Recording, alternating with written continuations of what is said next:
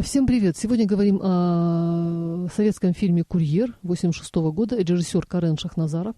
В главных ролях Инна Чурикова, Федор Дунаевский, Анастасия Немоляева. Немного отклонюсь от темы кино. Дело в том, что я выросла в рабочей крестьянской семье, детей было 4, ясный перец, родители все экономили. Но удивительное дело, до Нового года надо было подписаться на следующий год на газеты и журналы, и мы... Да, все подписывались. «Мурзилка», «Юность», «Вокруг света», «Работница», «Комсомольская правда». Наверное, это стоило копейки, а может, это было единственным источником новостей. Нет, было же радио, позднее телевизор. Сейчас вспоминаешь об этом, как будто ничего этого не было. Так вот, в журнале «Юность» была напечатана повесть «Курьер». Конечно же, она мне понравилась, но позднее появившаяся экранизация тоже не разочаровала меня. Почему я вспомнила про этот фильм? Да потому что, оказывается, тем, кому немногим за 30, тоже нравится этот фильм. Я когда переехал в новый дом, на крыше нашел оставшиеся от старых хозяев журналы. Мой дядя как-то был у меня и разорвал журнал «Юность», чтобы вытереть руки от жирной пищи. Я говорю, зачем? Да еще жалею, что сам такие оставил в старом доме. Однако я не знал, что есть повесть «Курьер». Надо будет почитать. Сюжет всем известен. Молодой человек после окончания школы не знает, куда податься. По совету мамы преподавателя идет в пединститут, но не поступает. Пытается устроиться в овощной магазин.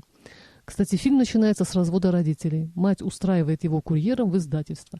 Сказать, что мать расстроена, это не сказать ничего. Развестись после 18 лет брака, муж уходит к молодой девушке, и еще сын действует на нервы. Не поступил в институт, заберут в армию, она плачет по ночам. Была бы дочь, подошла бы, обняла бы и поплакали бы вместе. А сын: «Мам, ты что, плачешь?» «Нет, сынок, иди спать». Вот и весь разговор. Интересно, так поплакали бы вместе. Не знаю, плачь — дело одинокое, мне кажется. Поговорить можно еще, но не плакать же коллективно. Иван парень вроде неплохой и хочет казаться хуже, чем есть на самом деле. Дерзит взрослым, ведет себя провокационно, после чего взрослый вышвыривает его на лестничную клетку. Делает ли он это потому, что скучно, или чтобы посмотреть на реакцию окружающих, или просто сам не знает, чего хочет?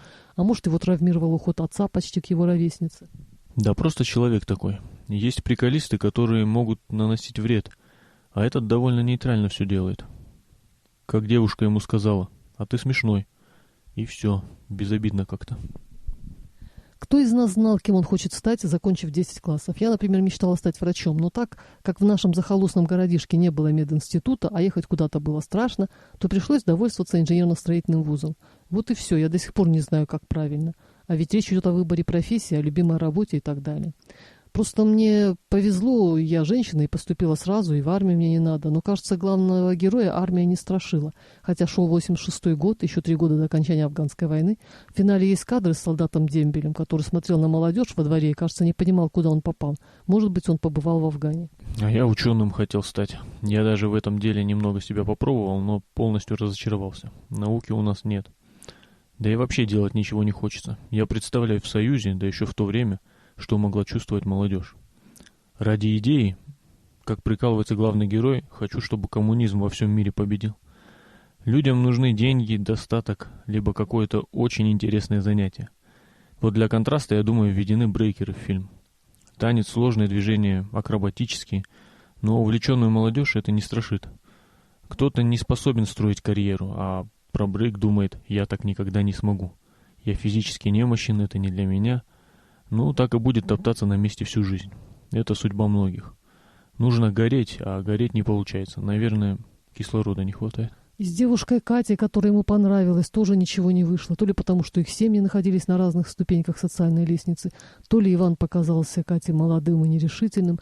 В общем, во всем читалась какая-то недосказанность. Оно и понятно, 18 лет, и только вступаешь во взрослую жизнь, и хочется побыть еще маленьким, а взрослый к тому же совершает поступки не совсем понятные. Никогда не понятно, чего хочет девушка.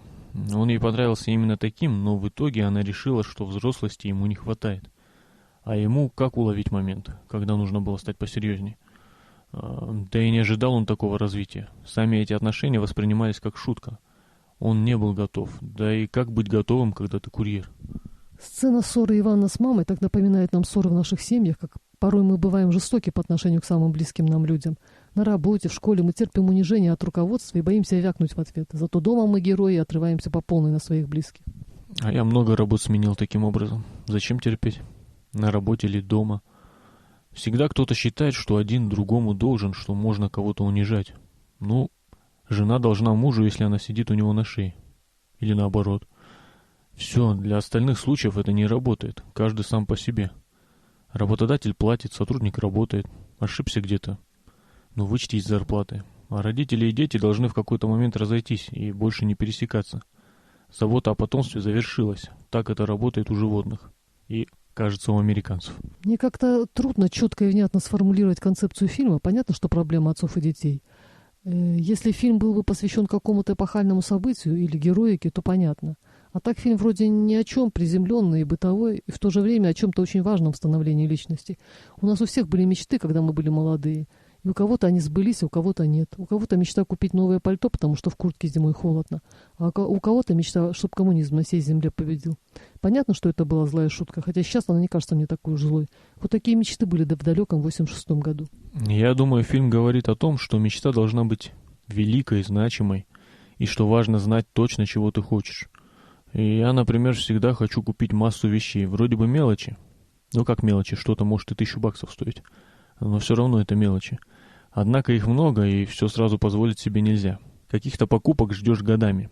Но я никогда не относил это к мечтам. А мечты были, но они все умерли.